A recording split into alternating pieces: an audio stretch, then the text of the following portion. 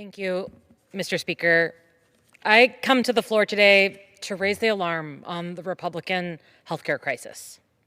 Speaker Johnson shut the government down for 43 days and kept the House out of session, effectively running out the clock to find solutions to address the healthcare affordability crisis created by my Republican colleagues.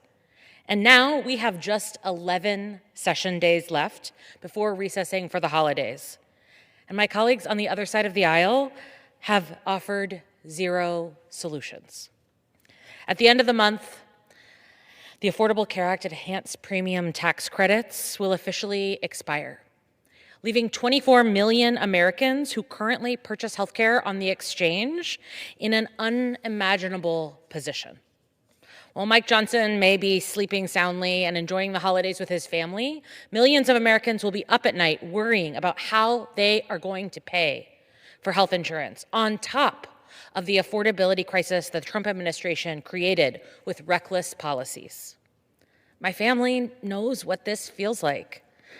My sister Olivia was born with microcephaly, which means her brain was small and the doctors didn't know why.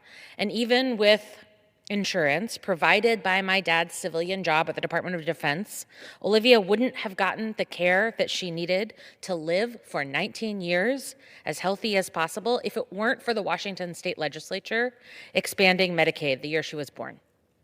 And my family would have faced dire choices about which bills not to pay in order to meet Olivia's needs if it weren't for Medicaid access. Would we give up heating, groceries, school lunches? Neighbors of mine in Washington 6 are already sick to their stomachs looking at their monthly costs. For example, a couple in Clallam County, ages 60 and 55 with a household income of $85,000, for them, the least expensive plan available would jump from $127 a month to $1,485 per month.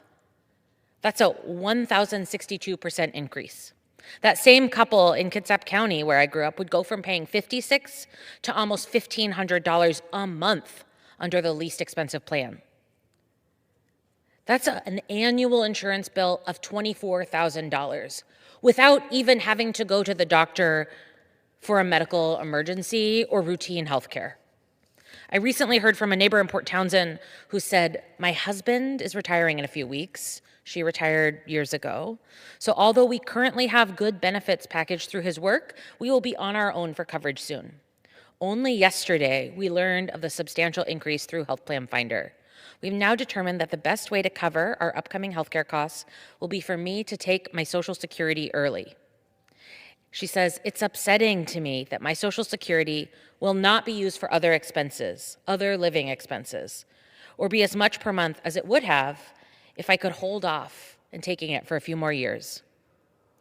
She's worried in her last line about not being able to use her Social Security for other living expenses because she's going to have to use all of it for healthcare coverage. Under this administration, costs are up across the board. Groceries are more expensive, housing is more expensive, childcare is more expensive, gas prices are soaring.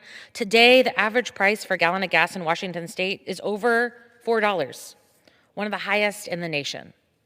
Healthcare costs are only one aspect of why millions of Americans are needlessly suffering under this administration. We don't have to keep living like this.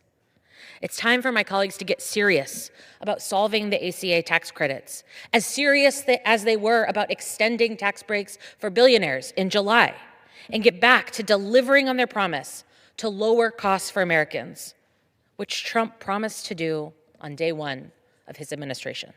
Mr. Speaker, I yield back. Chair recognizes the gentleman from Arizona, Mr. Siscomani, for 5